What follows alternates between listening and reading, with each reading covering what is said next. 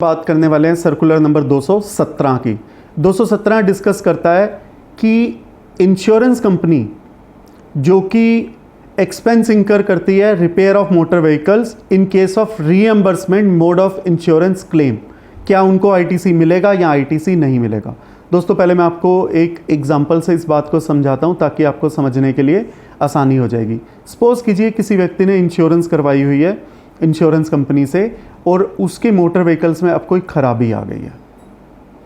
और अब क्योंकि ख़राबी आ गई है वो ठीक करवाने के लिए जाएगा और ठीक करवाने के लिए कुछ ऐसे कंपनियां हो सकती हैं जो कि इंश्योरेंस कंपनी से जुड़ी हुई होंगी, जो इंश्योरेंस कंपनी के पैनल में होंगी। इन दैट केस क्या होता है, वो अपना मोटर व्हीकल लेकर जाता है उस नेटवर्क के पास, नेटवर्क गैरेज के पास जिनका कॉन्ट्रैक्ट ऑलरेडी जो कि पैनल पर होती है इंश्योरेंस कंपनी के।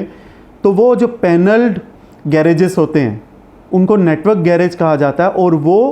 कोई पैसा चार्ज नहीं करते और मोटर व्हीकल उसका ठीक कर दिया करते हैं और वो बाद में बिल रेज करते हैं, इनवॉइस रेज करते हैं इंश्योरेंस कंपनी को। तो इस केस में क्योंकि इनवॉइस जो रेज हुआ है वो रेज हुआ है इंश्योरेंस कंपनी के नाम पर, इंश्योरेंस कंपनी को उसका आईटीसी मिल जाएगा as per section 16, there is no doubt about this. But sometimes ऐसा होता है कि जिसका मोटर व्हीकल ख़राब हुआ वो पैनल वाले गैरेज के पास ना जाके, जो कि पैनल पर हो, वो किसी ऐसे गैरेज के पास चला जाता है जो नॉन नेटवर्क हो, जो इंश्योरेंस कंपनी के पैनल पर ना हो।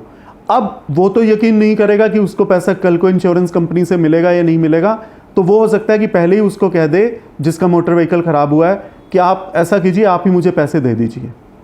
और आप बाद में इंश्योरेंस कंपनी से पैसे लेते रहना।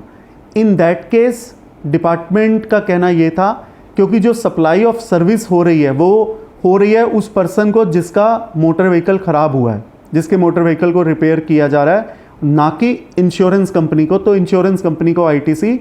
नहीं मिलेगा। इस सर्कुलर के द्वारा ये क्लैरिफाई किया गया है कि ये सिर्फ रिएम्बर्समेंट हो रही है, अल्टीमेटली माना जाएगा ये जो सप्लाई की जा रही है ये इंश्योरेंस कंपनी को ही दी जा रही है, चाहे नॉन नेटवर्क गैरेज ने पैसा ले लिया हो उस पर्सन से जिसका मोटर व्हीकल ख़राब हुआ है। In that case also it will be presumed as if supply of service has been rendered to the insurance company and insurance company will be entitled to ITC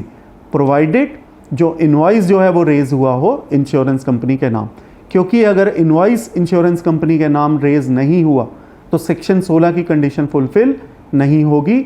और in that case insurance company को ITC का claim, जो ITC का credit है, वो नहीं मिलेगा। इसी एग्जाम्पल में मैं एक एग्जाम्पल और जोड़ता हूँ कि सपोज़ कीजिए किसी व्यक्ति का मोटर व्हीकल ख़राब हुआ,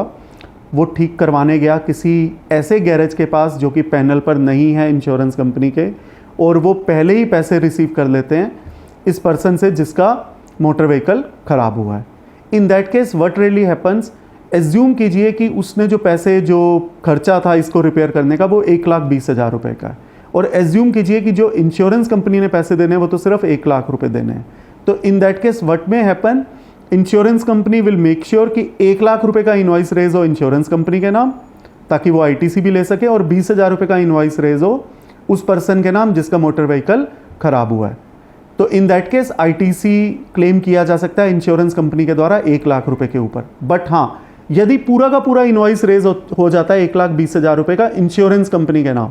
बट क्योंकि इंश्योरेंस कंपनी सिर्फ 1,00,000 रुपये ही दे रही है या 1,20,000 रुपये देकर 20,000 रुपये उस पर्सन से रीएम्बर्स करवा रही है, इन दैट केस जो आईटीसी क्लेम किया जाएगा इंश्योरेंस कंपनी के द्वारा, it will be proportionate, it will be claimed on the amount of only 1 lakh and not on the invoice value of 1,20,000 rupees. तो दोस्तों इंश्योरेंस कंपनी तो हमेशा यही चाहेगी कि ऐसे इशू में ना पड़े और कोई व्यक्ति जब जिसका मोटर व्हीकल ख़राब हो जाता है तो वो